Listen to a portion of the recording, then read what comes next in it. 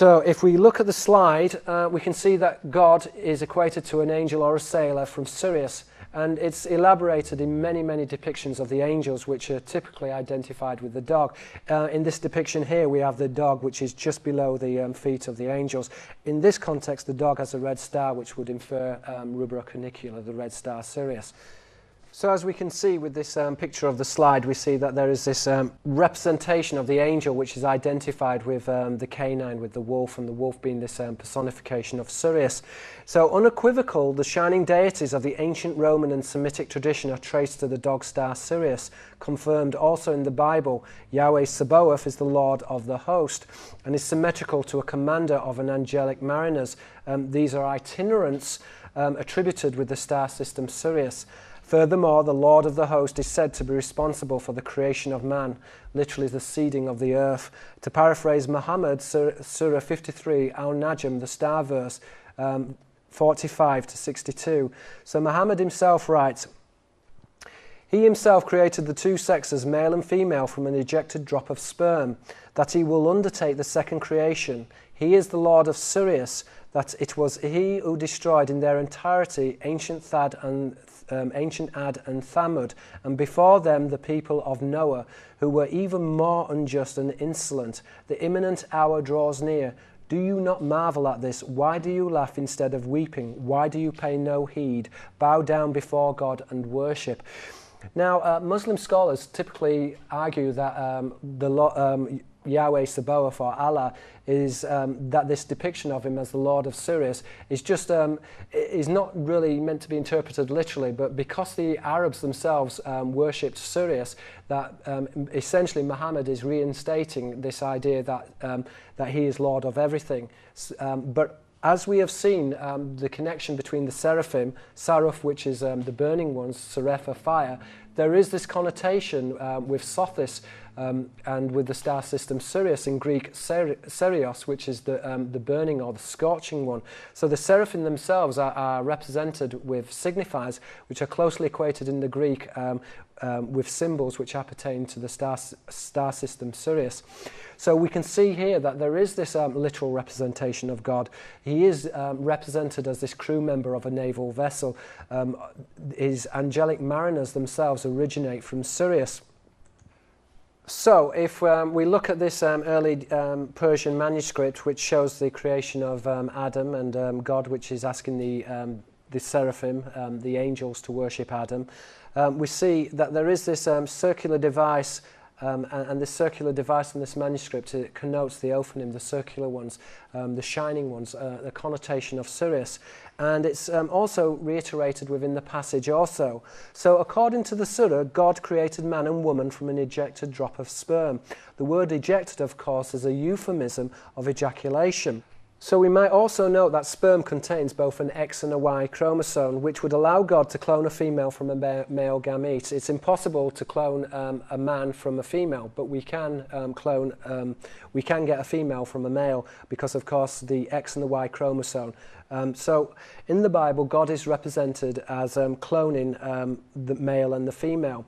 Now we can see that a more accurate translation in the star passage should therefore read, "He himself created the two sexes, male and female, from an ejaculated drop of sperm, that he will undertake the second creation." The second creation is not the original creation, but is the creation of mankind.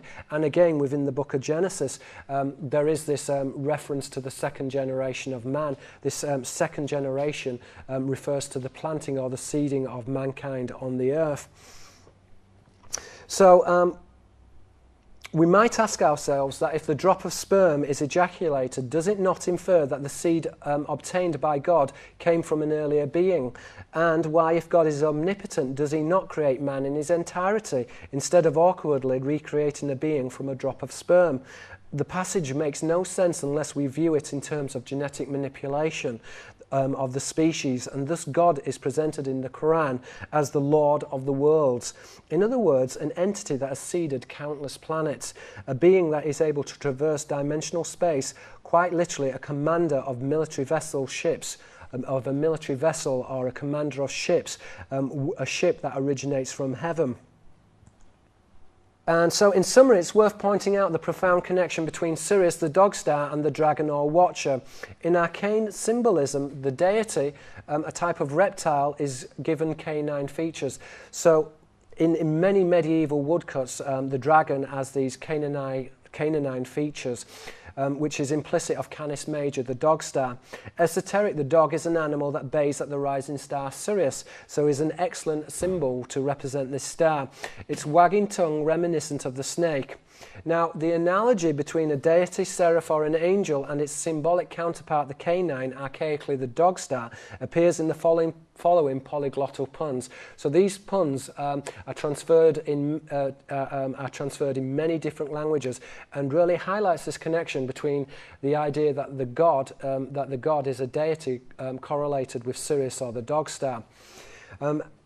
And it proves foremost that the creation of man's religious identity has been moulded from deities that emerge primordially from Sirius. So if we look in English, for example, God is a thrashrack or a reversed anagram of dog. In Arabic also, Allah God is a pun on Awa Tabak, because the seraphim or the Elohims are represented as the shining ones, the serpents, but the shining ones is another representation in Greek of Sirius, the scorching one, the scorching star Sirius.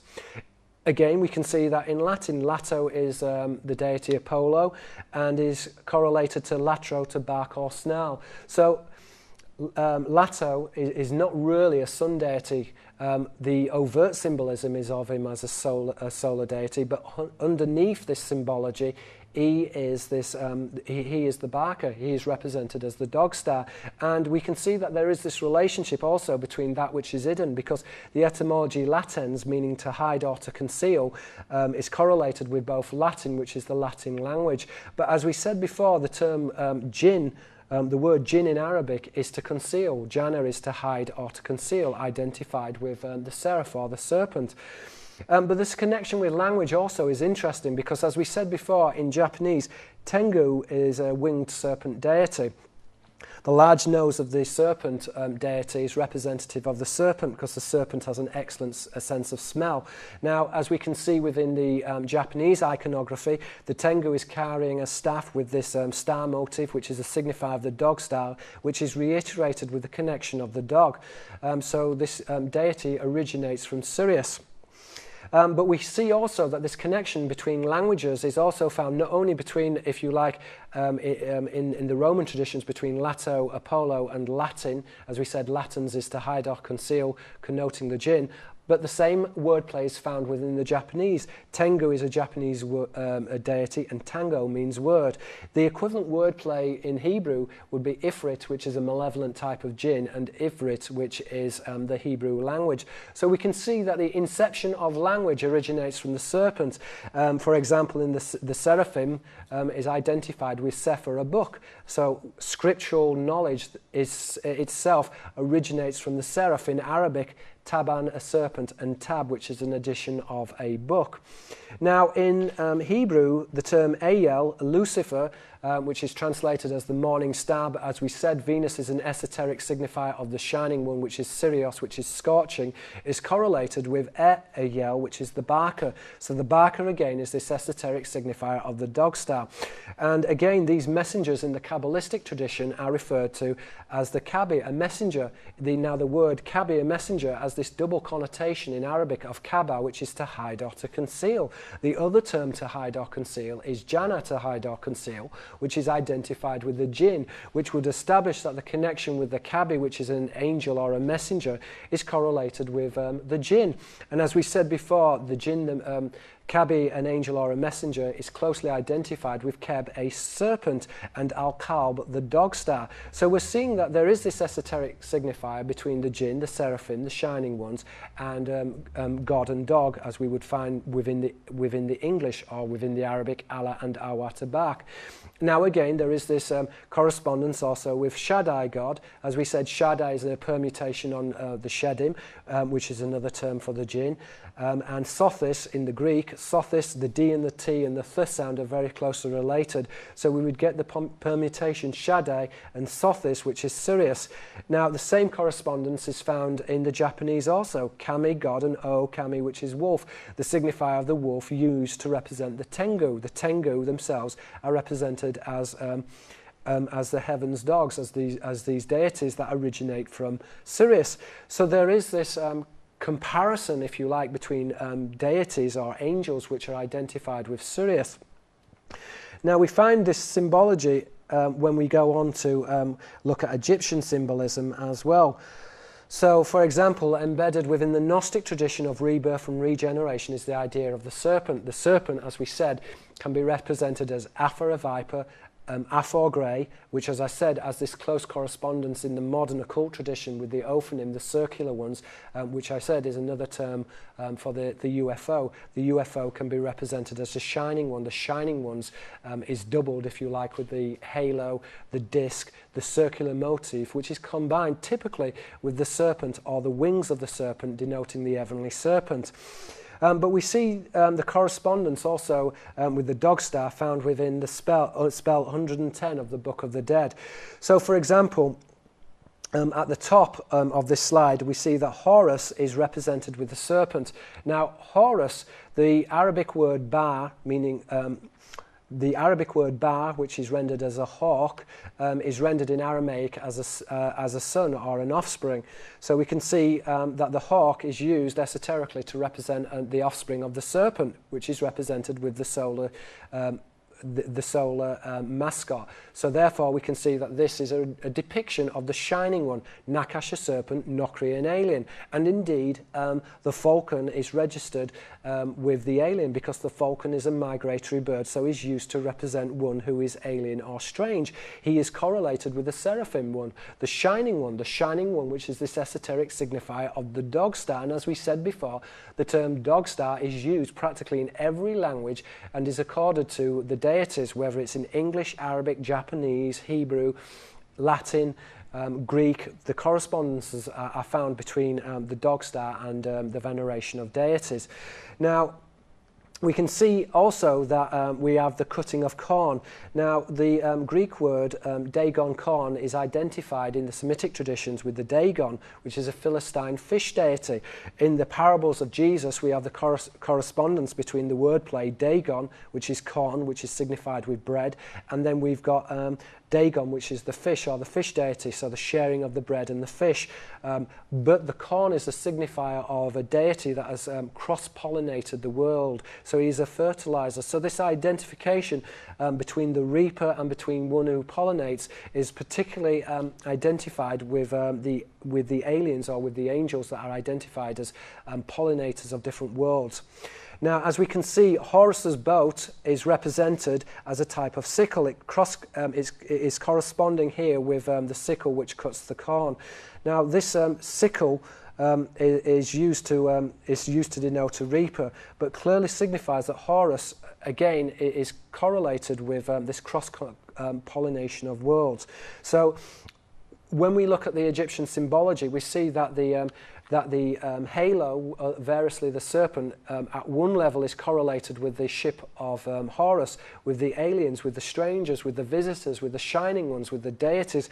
These are all manifestations of the same phenomenon, which go back thousands and thousands of years, and which in the Babylonian tradition is identified with Dagon, a variation or a variation on the noun dragon in the Greek, which, as we said, is related to Drakos and I. The falcon is a predatory bird. It watches in the same way that the owl represents a nocturnal angel, is deemed or represented as a watcher.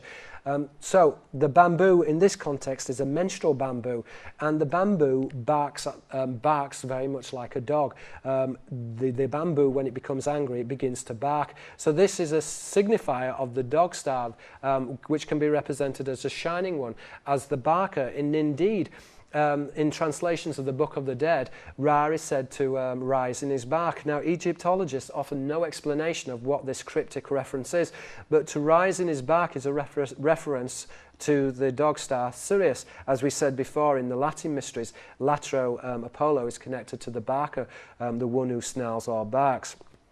So as we can see, the shining ones are these entities or deities which are represented as sailors. Malach, an angel, Malach, a sailor. The seraphim are the shining ones, otherwise the Erin, the watchers, are the shining ones. In Greek, theos, a god, theros, a watcher, Phos, the shining ones. So these all correspond, and they correspond to this idea that the angels themselves are aliens. They are angelic or alien. Zari is an angel or an alien, which is identified with Sira, a boat, Sar, a prince, this royal lineage. In Hebrew, Malach, an angel, Melech, a king, or otherwise we've got Sultan, which is identified with with Satan, with the fallen angelic bloodline. The seraphim likewise are equated with Seraph, a noble, and indeed we can see that the pictures of the noble himself is often correlated with Cephal, a cup, and Seraph, a serpent. So we're seeing these word plays which are appearing within symbology, and as I said before, that the solar device, the sun, although ostensibly is representing this Gnostic tradition of rebirth, death, and regeneration, at this other level is equated esoterically with the angels, which are said to fly in these circular vehicles and are identified in the Greek traditions, particularly with the shields. The shields of the gods were these circular vehicles, which are equated with the Ophanim, or the circular ones, registered otherwise with Apha, a viper, and Aphor, the colour grey. And as I said before, corresponds very neatly with the tradition, the modern traditions of the grey alien, and this idea that the grey alien is a traveller from a different star system, that the alien itself can be represented as a stranger, one who is different from mankind. I've covered in the summary this idea that the angels themselves, that they are sailors. Malach, an angel, Malach, a sailor. The lineage of the angel is correlated with Melech, a king, and the angelic sailors themselves are identified in the Latin with hostis, which is this invading foreign alien army. But the term hostis is a translation from the Hebrew word Sabaoth, from Sevet, a crew member of a naval vessel. Now these naval vessels themselves are identified with the serpents or the dragons, so there is this relationship between the seraphim, the shining ones, and Safina, a ship or a boat. Now the seraphim, it relates to shaft, sea, and it has this connotation of a deity or a god, as found in the Greek etymology: theos, a god, theros, a watcher, and therion, which is a beast, but has this connotation of the dragon, drakon, to watch, a type of sentinel. And as we can see when we go back to the symbology of the slide, and there's Horus, if we just quickly, if we review this symbology, we can see that here we have the baboon, which is feathered, so that has the connotation of the angel, but this is an oracular baboon. The baboon typically is identified with Thoth, but we have to question this because this is a menstrual baboon, so this obviously is a reference to the priestess, to the oracle shrines, and the priestess herself is typically represented with dog signifiers, and is sometimes represented as barking, and this crosses over with the baboon because the baboon naturally barks like a dog, so is used as an esoteric signifier of the dog.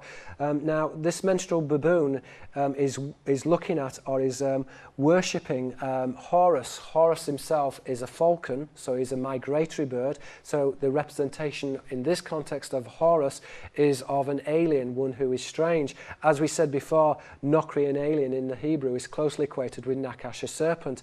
The serpent is another term for the seraphim. The seraphim are the shining ones, the blazing ones, and we can see the connection here with the serpent and the circle is found in the etymology Ophanim and Apha, a viper, so therefore the viper is represented as Ophir, which is light or shining. Now the boat of Horus is a type of sickle, and this sickle implies that he is a pollinator of worlds, and is reiterated with the guy underneath who is cutting the corn with a type of sickle. So this is a boat, and Horus is a harvester, but is also a cross-pollinator of worlds, and therefore we see this relationship in the Greek language with Dagon, which is corn, but is this esoteric signifier of the reaper of the circular ones. So therefore Dagon can be represented in Greek with Dagon, which is corn, but as this connotation of the Palestinian fish god Dagon. So therefore, we're seeing that the signifier of Dagon in the parables of Jesus would be bread and fish. The parables of bread and fish is, Dagon is represented with the fish, but the etymology in Greek of Dagon is identified with corn, and corn is therefore an extension. Corn can be represented with bread. So we're seeing that there is this relationship between Dagon and the etymology in Greek between dragon. As we said before, drakon is a type of watcher. And these terms that they strongly connote a deity which originates from Sirius. So therefore, the shining ones, which has a connotation of the grey ones, otherwise a serpent or a viper, originates from Sirius. As we said before, caniculus Sirius has this connotation of one which is bright or shining, and has the additional meaning of grey. And we said in the Semitic, aphor grey is closely related to aphra viper, and Ophir, which is to shine. So the shining ones, the burning ones, the scorching ones are the seraphim, but they themselves cross over with the signifier of Sirius, the scorching ones, the burning one. So the signifier and can be represented with the dog star, in particular can be represented with the Elohim deities. As we said before, this correspondence between Allah, God, and Awa, the Barker, or in English, God and dog.